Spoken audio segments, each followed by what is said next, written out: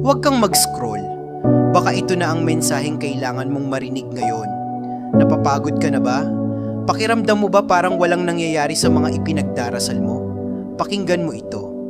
Huwag tayong mapagod sa paggawa ng mabuti, sapagkat sa tamang panahon ay aani tayo kung hindi tayo susuko.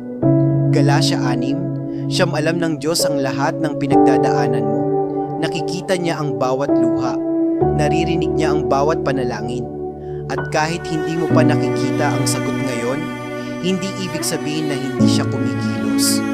Minsan, may mga bagay na kailangan munang ihanda ng Diyos bago niya ibigay ang hinihiling mo.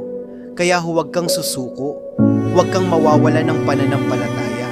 Patuloy kang manalangin, patuloy kang magtiwala.